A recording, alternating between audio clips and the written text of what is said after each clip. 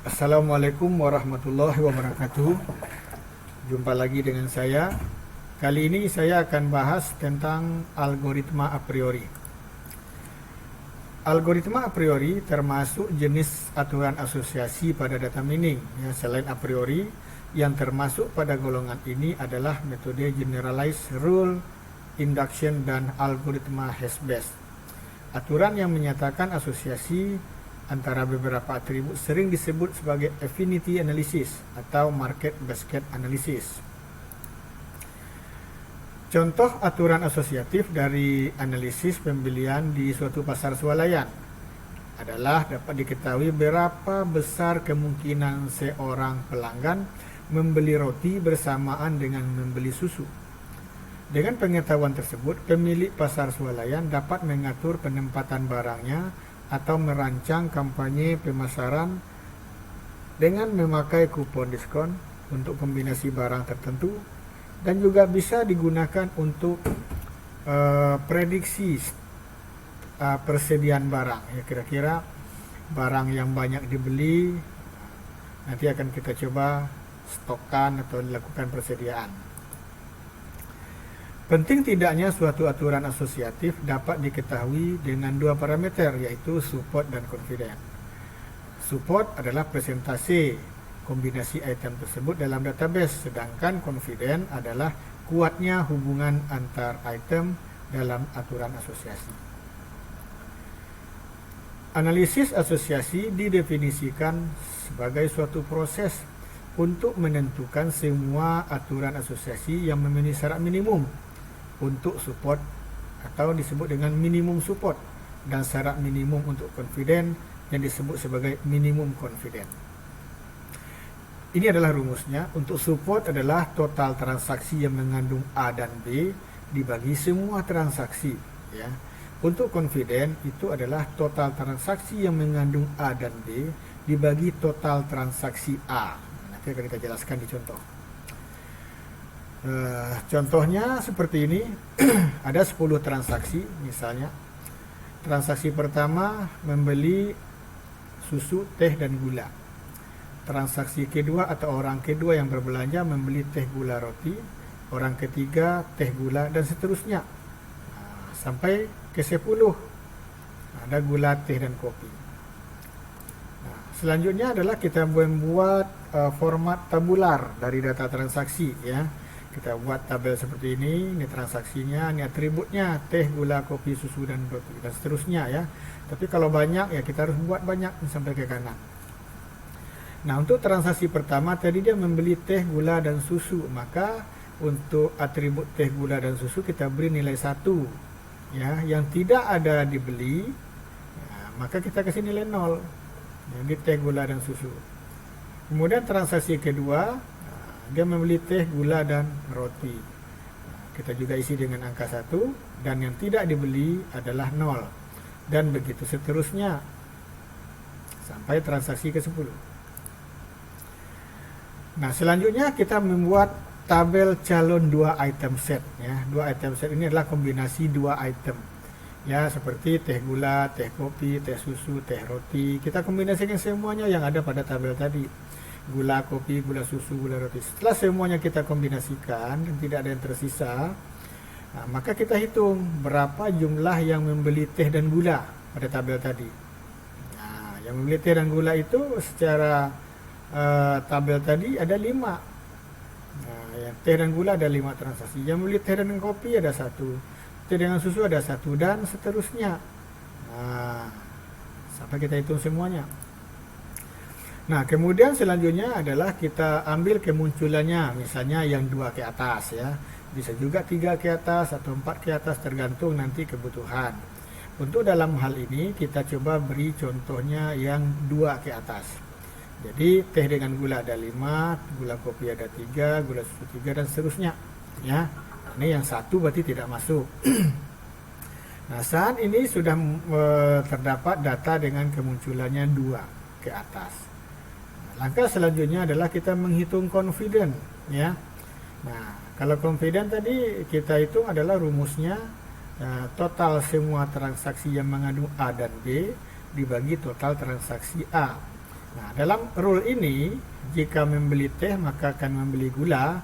Ini sebagai A-nya adalah teh, sebagai B-nya adalah gula.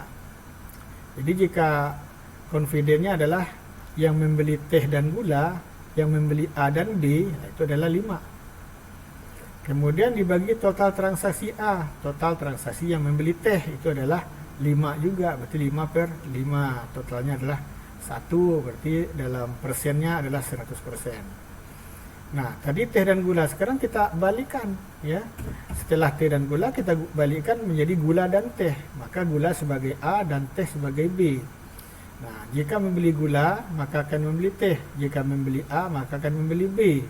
Nah, ya total yang membeli gula dan teh jadi juga adalah 5. Nah, tetapi total yang membeli gula itu ada 8. Nah, jadi gulanya sebagai A menjadi 5 per 8 dan begitu seterusnya ya, sampai kita mendapatkan total dari keseluruhan nilai rule-nya. Oke. Nah, ini juga adalah lanjutan dari tabel yang tadi ya. Kita lanjutkan dan nanti dilihat sampai akhirnya jika membeli roti maka akan membeli susu. Nah, di sebelah kanan ini adalah nilai confidennya ya. Nah, setelah itu kita setting lagi. Kita ambil nilai minimum confident ya. Ini misalnya 60%. Bisa juga kita ambil misalnya 65%, 70%, tergantung kebutuhan. Dalam hal ini kita coba ambil yang 60% ke atas. Jadi yang ada semuanya di sini ya, kita ambil yang 60% ke atas. Berarti yang di bawah 60 tidak masuk. Yang tersisa jika kita ambil minimum confidence-nya 60%, maka yang tersaring adalah seperti ini. Yang membeli teh gula, gula teh, kopi gula, susu gula dan seterusnya. Ini adalah angka yang di atas 60%. Nah, berikutnya 3 item set ya. Kalau tadi 2 item set, sekarang 3 item set. Kita kombinasikan lagi teh gula kopi, teh gula susu. Ini teh ya, ini dia salah ambil ya, teh gula susu, gula kopi susu, gula susu roti, gula kopi roti dan seterusnya 3 item set ya. Kombinasikan semuanya 3 item set dan kita hitung ya. Nah, yang membeli teh gula dan kopi secara bersamaan ya, ini ada 1. Teh gula susu ada 1, gula susu kopi ada 2, gula susu roti enggak ada dan seterusnya ya. Nah, ini kita hitung sampai kita mengkombinasikan semua item set dalam bentuk 3 item set. Nah, kita ambil kemunculan yang sama seperti yang 2 item set tadi, yaitu 2 ke atas. Nah, dapatnya cuma ada 1 rule ya, gula, kopi dan susu. Nah, dari 2 ini ya, kita buat lagi rule-nya. Nah, di sini kalau 3 item set rule-nya seperti ini. Jika membeli gula dan susu, maka akan membeli kopi. Kita balikin lagi, kita putar-putar lagi. Jika membeli gula dan kopi, maka akan membeli susu. Jika membeli kopi dan susu, maka akan membeli gula. Nah, di sini yang bertindak sebagai A-nya adalah gula dan susu. Jika membeli gula dan susu, ini sebenarnya jika membeli A, maka akan membeli kopi. Kopinya sebagai B. Ini sebagai A-nya adalah gula dan kopi. Nah, ini sebagai A-nya adalah kopi dan susu. Nah, kita hitung ya, yang membeli gula, susu dan kopi ada 2. Nah, item yang membeli gula dan susu sebagai item A adalah 4. Nah, begini seterusnya ya, sampai kita mendapatkan nilai asosiasinya seperti ini. Nah, kita ambil minimum confidence-nya 60%. Nah, sama dengan tadi. Berarti yang tersisa adalah 2 rule ini. Nah, rule-nya ya, rule base-nya ini ada 2 ini. Nah, ada 67% dan 67%. Kemudian kita gabungkan yang tadi sama yang 2 item set dengan yang 3 item set. Nah, ini kalau misalnya tabelnya banyak ya, kita bisa sampai 4 item set, 5 item set dan seterusnya ya. Nah, ini kita gabung menjadi final asosiasinya ya, aturan asosiasi final. Yang tadi jika membeli teh dan gula maka akan membeli gula. Kita gabung di sini.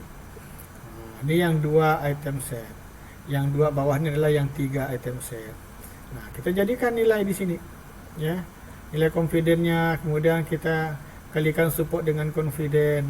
Dan ternyata dari kesemuanya ini yang paling banyak muncul adalah teh dan gula.